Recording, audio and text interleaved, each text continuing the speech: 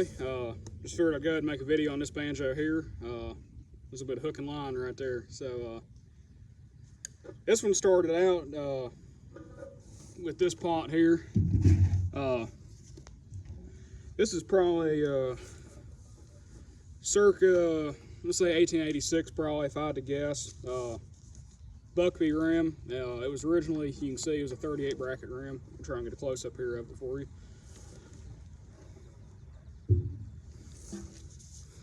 So it was originally a 38 bracket rim, 10 5/8 I believe, and I would say at one point it was probably a pretty nice banjo, but when it was given to me, you could see somebody had taken hooks off, and I think they tried to weld the holes over, and when they started to grind all that away, I think that's how, ended up with all that scuff in there.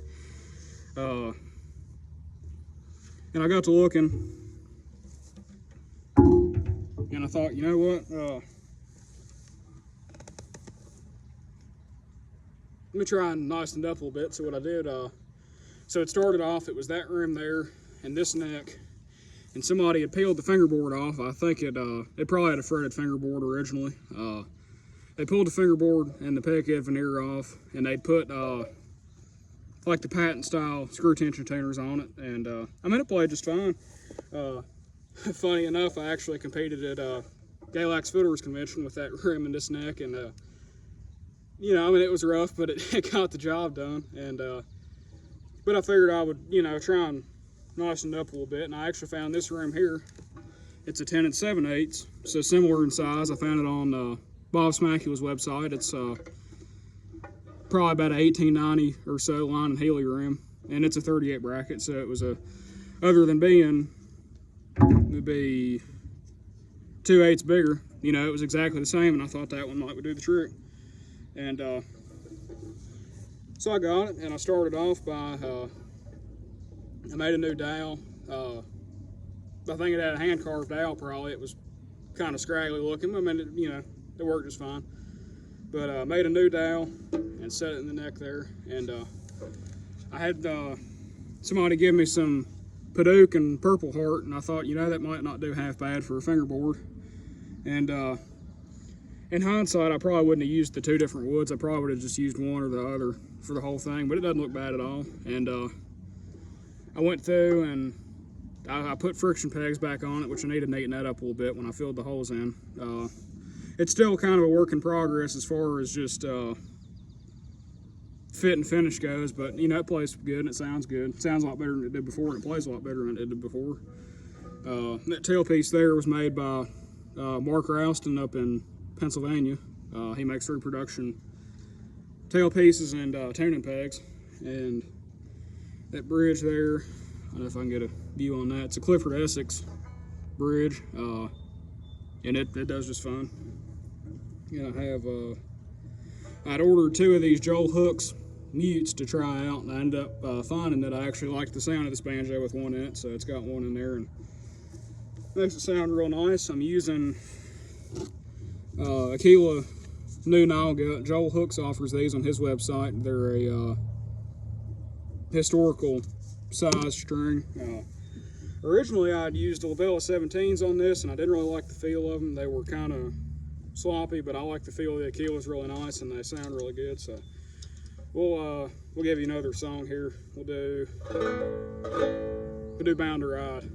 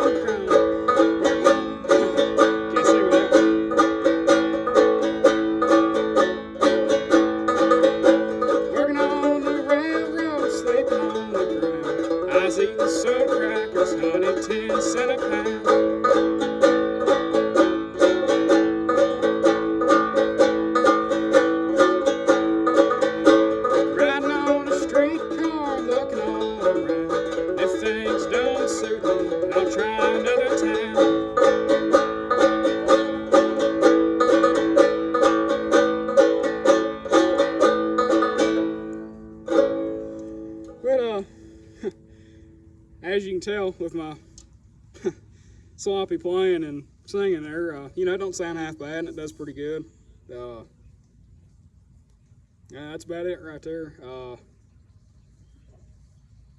Something else I'll mention here. I mean, it was given to me, so funny enough, it was given to me by Jim Lloyd. Some of y'all might have heard of him. When it was given to me, the neck was real badly warped, and I think somebody had steel strings on it. It actually still had 1 or 2 strings on it, you know, wrapped around it, and it wasn't bowed terrible, but it was bowed enough that it made the action really high. And I had made an attempt to straighten it when I first started trying to fix this up, and it didn't hold at first. I made another attempt at it, and actually got it to hold straight this time, so the neck is perfectly straight. And I had an issue too. I'd seen where Jake Wildwood had actually had this issue, where the neck wants to.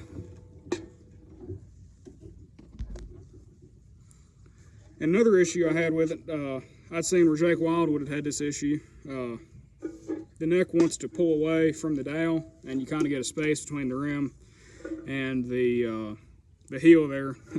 That heel cap didn't turn out too pretty, but we'll fix that. But what he had done, and what I ended up doing, was taking a screw and going straight in there, and that fixed it just fine. And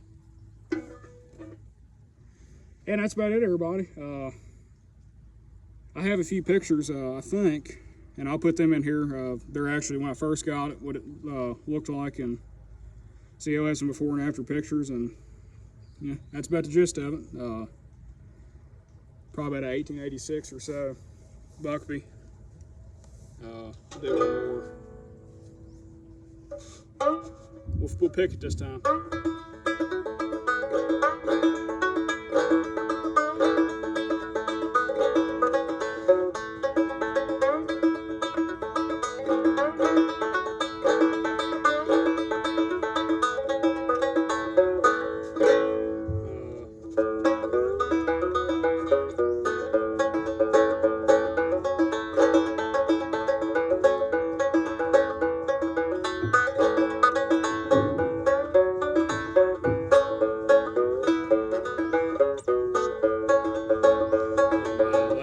Gold dollar's done and gone.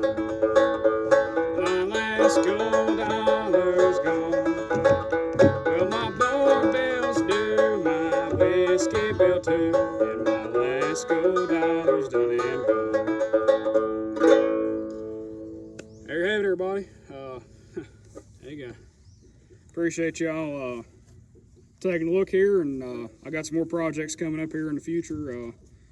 A banjo mandolin from probably the 1920s or so, and a fiddle, which is in playable condition, but it needs some work. And you know, I just plan on probably end up being just some songs and instrument repairs and a little bit of everything here for you. So yeah, appreciate you looking.